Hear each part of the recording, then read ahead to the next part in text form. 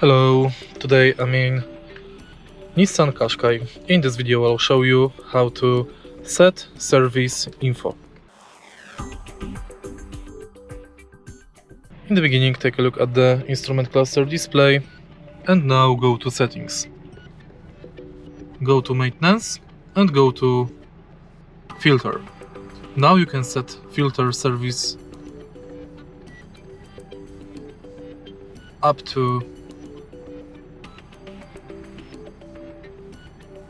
30,000 kilometers and you can reset it.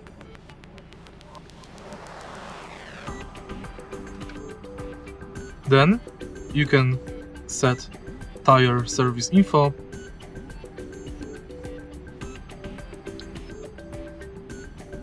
also up to 30,000 kilometers and also you can reset it.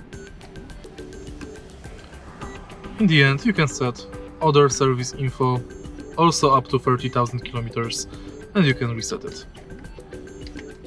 If you find this video helpful, please leave like, comment and subscribe.